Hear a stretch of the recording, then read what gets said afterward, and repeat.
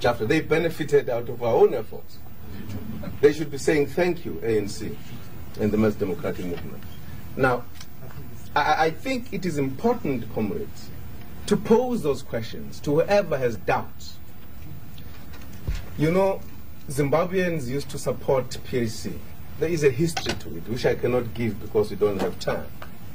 But in 1981, one of the ministers was very powerful then. He's no longer a minister now. Gala. Was in Gala, by the way. The minister Minister of Defense. Yeah. Gala. He said to his colleagues, you don't have to ask the question who is fighting in South Africa. He says you don't even have to look around or seek for information. And he was trying to say to ZANU, take the correct positions, don't make a mistake. He says you listen to the South African security chiefs and military chiefs. They will tell you who is their warrior. And you look at their, what is called, punitive actions in the region. Whom are they bombing? Who are they killing? And what bases are they looking for? And he said, no, PAC. They are looking for the ANC. And you look at the list of people who have died is the ANC. They are not, in fact, even worried about the PAC.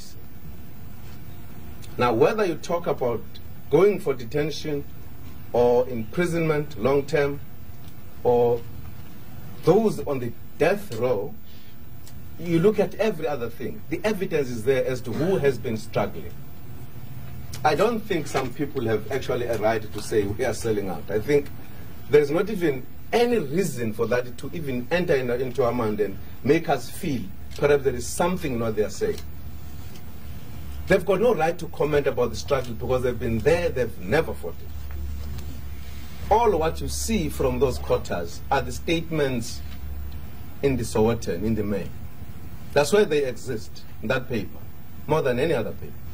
There are attempts to promote it now and having some polls which we think are fictitious to say that, you know, there's increase in the PAC support. It has always been there. It's always a bigger problem. I think it is important, therefore, to look at our pillars as having made us to come to this point, as having made us to be recognized by the regime that we are the force. And they said, and I think de Klerk said it, in the South African players that are busy in the stage, he said there are two major players. It looks like a dual power in the true sense of the word today. It is because of the contribution we have made through our four pillars. So we cannot, at this point in time, say the four pillars must disappear. They can't disappear. That's part of the reason what Tab was saying here. We have to get into a very careful working out. How do we move without interfering with our four pillars, at the same time deepening the struggle? It could be perhaps referred to as a new kind of area. I think it is an element that gets sharpened at a given time. It's not a new area. It has been there. It comes at a particular point where you have got to discuss issues. And I think our effort is to ensure that these fighters come to participate in this sharpened kind of area at this point in time with their all might. Be the armed struggle. We are not going to disband MK. I think when the Deputy President said we are going to take a hard look, I think that statement was made very guardedly. That we are not abandoning our armed struggle. That we are looking at what the government is doing in relation to what it says it is committed to change, and that in the process of that, whilst looking at it, we are aligning our forces properly, and we know what to do at this given time. In other words, careful thinking. You know the history of the armed struggle. Nelson gave it to the delegation of the government yesterday. I'm making it the last point, the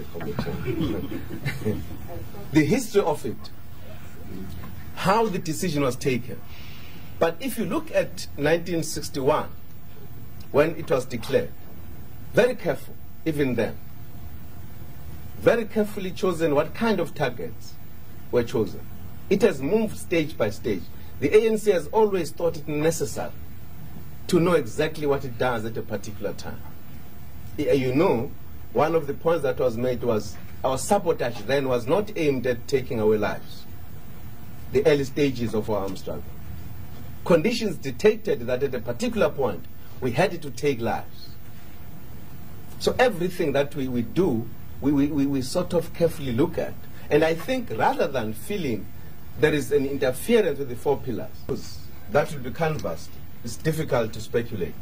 I think, in a sense, they've said the group right was one of their issues, and they've said they're ready to discuss the issue. So you can't indicate exactly which issues they will give in and what issues they will not give in. I think what will count in the final analysis will be how much we put our struggle forward to achieve what we want. I don't think we could say, look, this is what the government is ready to give in on. It's difficult to say that. Of course, this question, in a sense, also relates to what we do then in the struggle, like the 4 pillars. The MK question. Well, that's a complex question. It's not a simple question. Partly this is what I wanted to contribute on, slightly different than than the manner in which the question has been posed. I'd wanted to deal with the question of the criticisms that have come from some quarters in the country criticizing the ANC because it is discussing the obstacles with the government. And people are saying, this is selling out. And some people are saying the ANC did not consult us. Organizations. I'm not talking about our own people. I'm talking about people who are not our own, who have never consulted with us or wanted to consult with us on any other issue. Certainly they see the need for us to consult them. Now, I think, comrades, this is an important area, and it will come back to the questions raised. An important area to look at, because at times people, and I've known of no liberation movement that has went into any discussions willingly. It is always regarded as some sellout of some kind. That's a general thing, and it's natural, and you can't blame anyone. I've had an occasion, I'm not among those who left early 60s, I'm among those who left mid-70s. I didn't see many liberation movements in Africa, but at least I saw the Zimbabweans.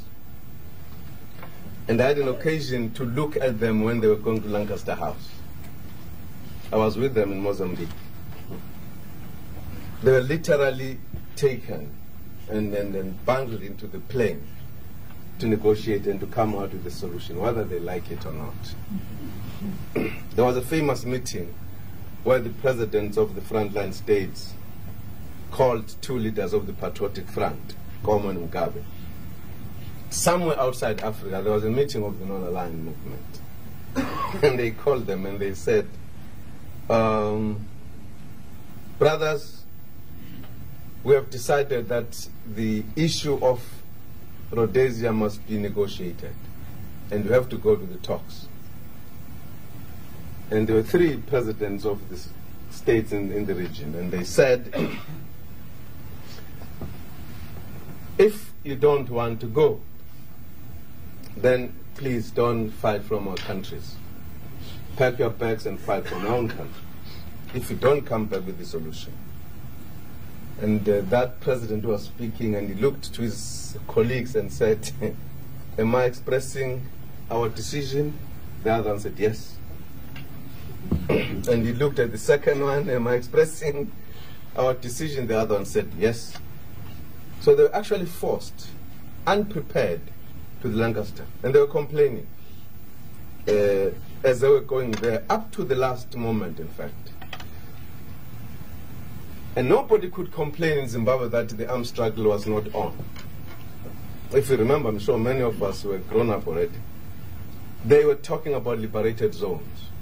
So you couldn't say it was because of the shortage of the armed struggle in Zimbabwe. It was very much there. And they were feeling they're about to take power.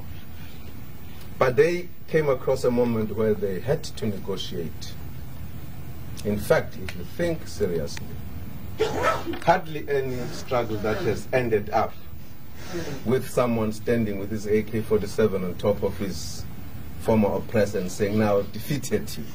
Many of them have ended up at the end of the day because of specific conditions that people had to come together and talk. Angola and Mozambique, the popular ones, they ended so because of the conditions in Portugal. So at some point in the struggle, this moment comes.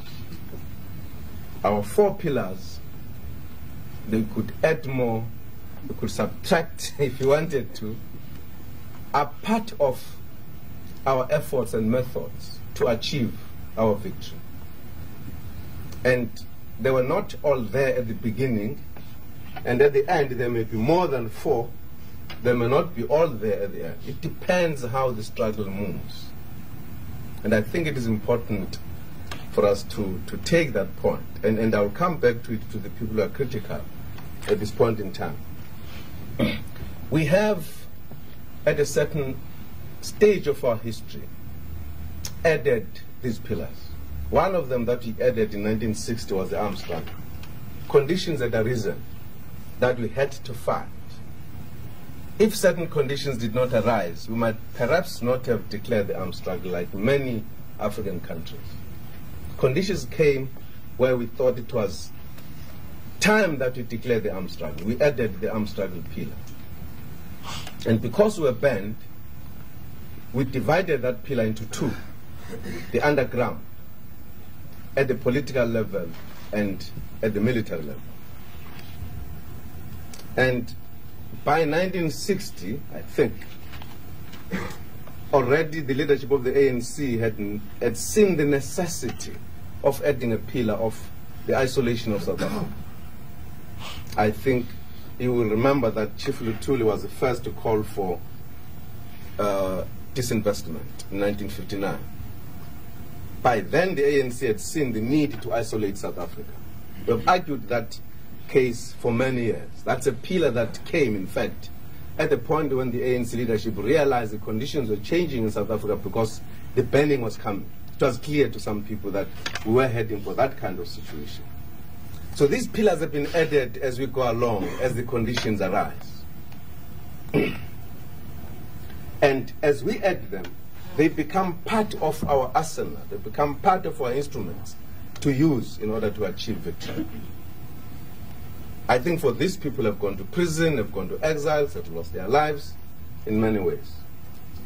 We have trained the MK to become an army, to effect our ideas and our decisions to overthrow the government.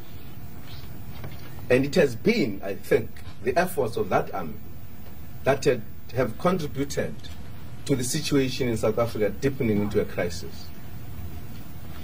And the isolation of South Africa being nice is being courteous and saying, let us talk. But the fact of the matter, diplomatically perhaps it may not be said,